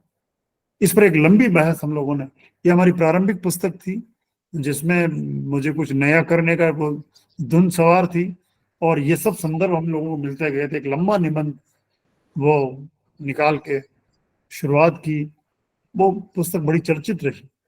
जी महोदय, अभी चर्चा चल ही रही है, और हमारे समय सीमा जो है समाप्त वह हो हम रही लोग जो मानकर चल रहे थे उसी तरह से इसको 2 पार्ट में रखा गया है। तो अभी अवशिष्ट जो प्रश्न रहे हैं, जितने भी यहाँ पर हैं, बहुत सारे प्रश्न हैं। तो मन में, हमारे भी मन में बहुत सारे प्रश्न हैं, और स्वाभाविक है जब आप देखते हैं इतने अधिक कार्य होते हैं तो कुतूहलता स्वाभाविक से बात हो जाती है। तो इसे निरंतर हम लोग करेंगे। यहाँ जो मुख्य संयोजिका है उनसे आग्रह रहेगा कि अग्रिम जो प्रश्न है, क्योंकि मैं देख रहा हूँ कि लगभग आधे प्रश्न हो पाए हैं, अभी बहुत लंबी श्रृंखला है, और हमारे समय सीमा एक होती है जो कि हम लोग लांघ चुके हैं।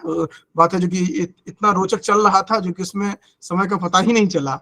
मैंने अभी देखा, तो चूंकि इसके बाद फिर ठीक 9:30 बजे से एक अन्य कार्यक्रम है, तो इस बात को ध्यान में रखते हुए मैं ये मुख्य संयोजिका जो है उनसे निवेदन करूंगा कि अग्रिम कार्यक्रम अर्थात धन्यवाद ज्ञापन को औपचारिक रूप से करते हुए संक्षेप में 9:30 बजे तक इसको ये करें, और महोदय से बात करके आगे किस दिन उपलब्ध रहेंगे और किस तरह से सहूलियत रहेगी उस हिसाब से अपना समय एक कर लें, ताकि अन्य जो अवशिष्ट प्रश्न जितने भी हैं वो उसको संपूर्ण किया जा सके। और मध्य में मुझे बोलना पड़ा, इसके लिए मुझे खेद है, क्योंकि मैं खुद घड़ी देख रहा हूँ बार बार, अपन 9:25 पे आ चुके हैं। हाँ, तो धन्यवाद ज्ञापन के साथ औपचारिक धन्यवाद ज्ञापन जिनका था आज का वही अपना रखेंगे, और अन्य जिनका प्रश्न आज जिज्ञासा प्रश्न नहीं हो पाएगा होगा, महोदय हमारे साथ ही हैं और निरंतर होंगे, क्योंकि सभी को समय की सीमा में रहना पड़ेगा इस कारण से। तो अस्तु, आगे की कार्रवाई जो है वह धन्यवाद ज्ञापन से यथावत चलाएंगे। जी जी, तो बहुत बहुत धन्यवाद गुरुजी। और इसी श्रृंखला को अर्ध विराम देते हुए, वस्तुतः गुरु महोदय जी है ही इतने प्रतिभावान और इतने प्रतिभाओं के सम्राट है। हम सम्राट कहे वो भी शब्द बहुत छोटा लग रहा है, मुझे अनुभव हो रहा है, परंतु क्या करे, काल से ही हम लोग आबद्ध है, काल से बद्ध है, तो इसलिए काल को भी हमको देखना पड़ता है। तो जो भी है, बहुत अच्छा ही आज का जो कार्यक्रम यहाँ पर हुआ है, जो प्रश्न श्रृंखला उपस्थापित हुई है, तो उस प्रश्न श्रृंखला को अर्धविराम देते हुए यहाँ पर धन्यवाद ज्ञापन पैराय को मैं संपन्न करना चाहती हूँ। और इस धन्यवाद ज्ञापन पैराय में सर्वप्रथम तो मैं हमारे जो मनीषी, जो इस युग में भी हम जैसे कि ऋषियों का मार्गदर्शन तो हम लोगों को नहीं हो पाया, परंतु मैं यही कहना चाहती हूँ कि हमारे बीच आज उपस्थित हुए हैं मनीषी, ऋषि, जो भी कहूँ बहुत ही छोटा सा लगता है, परंतु कुछ तो हमको करना चाहिए। जी जी। और बस हम लोग पुलकित है, अत्यंत प्रसन्न है, प्रभावित है, प्रेरित है महोदय जी, आपकी श्रीमुख से निसृत हुई वाणियों से, जो हम सभी को प्रोत्साहित करते हुए हमारा जीवन, जो मानव जीवन है, उसको आगे और सफलता पूर्वक निर्वहन करने के लिए एक प्रेरणा दी गई है। इसलिए हम आपको हृदय तल से, समस्त संस्कृतांतर वीक्षा परिवार की ओर से हृदय तल से धन्यवाद ज्ञापन करना चाहते हैं। आप और भी आइए, हमारे बीच समासीन होइए, हम और भी जानने के लिए उत्सुक है। प्रणाम महोदय जी। और इसके उपरांत में सर्वप्रथम मैं और धन्यवाद ज्ञापन करना चाहती हूँ, हमारे बीच अलंकृत है, विभूषित है हमारे परम पूज्य गुरुजी डॉक्टर विपिन कुमार झा महोदय जी। वस्तुतः गुरुजी एक वट वृक्ष की तरह, एक आधार पुरुष की तरह हम सबको अपने छत्र छाया में रखे हुए हैं, और उनके छत्र छाया में रहते हुए ही हम सब यहाँ पर विराज करते हैं, और एक निश्चिंत रूप से कुछ अच्छा कार्य, सारस्वत कार्य करने में हम सब आगे बढ़ते हैं। इसलिए हम इस श्रृंखला में सर्वादो हम गुरु जी को प्रणाम करते हैं, अभिवादन करते हैं और धन्यवाद ज्ञापन भी करते हैं। इसके उपरांत हम सबको एक अच्छी तरह से दिशा दिखाने के लिए जो मुख्य संयोजिका का दायित्व निर्वहन कर रहे हैं, हमारे बीच उपस्थित है डॉक्टर दीपिका दीक्षित महोदया जी। महोदया जी को भी हार्दिक हार्दिक धन्यवाद मैं ज्ञापन करना चाहती हूँ। तथा पर जैसे कि एक यष्टि के बिना जब कोई अंधा चल नहीं पाता है, उसी तरह से मार्गदर्शन के बिना भी कोई कार्यक्रम संपन्न नहीं हो पाता है सुष्ठु रूप से। इसलिए मार्गदर्शन के रूप में हमारे बीच मार्गदर्शिका है डॉक्टर सरिता श्रीवास्तव जी, और महोदया जी को भी हार्दिक हार्दिक हृदय तल से धन्यवाद ज्ञापन करना चाहते हैं। इसके उपरांत हमारे यहाँ पर जैसे कि हम लोग जानते हैं कि एक संगठन का जो कार्य होता है वो किसी एक व्यक्ति से साधन नहीं हो पाता है, उसके लिए एक गण चाहिए होता है, और उन्हीं गणों में से हम सब उपस्थित भी है, और उन्हीं गणों में से हमारे बीच राज्य सह भी कुछ प्रतिनिधियां है, जैसे कि हिमाचल प्रदेश से भी है श्री पुष्पराज शर्मा महोदय जी, पुनः यहाँ पर श्रीमती गौरी पी महोदया जी भी है, जो कि दक्षिण भारत को संभालते हुए प्रतिनिधित्व कर रहे हैं। उसके उपरांत बिहार से भी है श्रीमती शैलजा ठाकुर जी। तो आप सभी को भी हृदय तल से हार्दिक हार्दिक धन्यवाद ज्ञापन करना चाहते हैं। उसके उपरांत आज के इस तकनीकी दुनिया को संभालते हुए हमारे बीच यहाँ पर उपस्थित है तकनीकी संयोजन के रूप में श्री राहुल काश्यप जी और श्री मनीष कुमार मिश्रा जी। आप दोनों को भी हृदय तल से हार्दिक हार्दिक धन्यवाद ज्ञापन करना चाहते हैं। पुनः एक बार मैं विशेष रूप से धन्यवाद ज्ञापन करना चाहूंगी हमारे बीच यहाँ पर जो उपस्थित हुए हैं डॉक्टर स्वीटी महोदया जी, पुनश्च हमारे और एक गुरु जी यहाँ पर उपस्थित है, माननीय यहाँ पर जो अत्यंत ज्योतिष शास्त्र में पारंगत है, केवल ज्योतिष ही नहीं, हमारे बीच जितने सारे ज्ञान भंडार है उन सभी को लेकर भी यहाँ पर उपस्थित है। कैथल से भी यहाँ पर जो उपस्थित है माननीय गुरुजी। तो आप सभी को हम हृदय तल से धन्यवाद ज्ञापन करना चाहते हैं और इसी पैराय को यहीं पर समाप्त करना चाहते हैं। ओम नमो नमः। सागरिका जी, आपका भी बहुत बहुत पुनरपि धन्यवाद। आपने ये अमृत रूपी वर्षा जो शाब्दिक वर्षा है उससे धन्यवाद ज्ञापन किया, उसके लिए आप भी धन्यवाद की पात्र हैं। बहुशः धन्यवाद आपको भी। जी धन्यवाद। नमस्कार।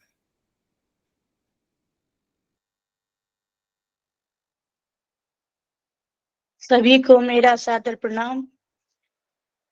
सर्वे भवतु सुखिनः, सर्वे सन्तु निरामया, सर्वे भद्राणि पश्यन्तु मा कश्चित् दुःखभाग् भवेत्। ओम शांति शांति।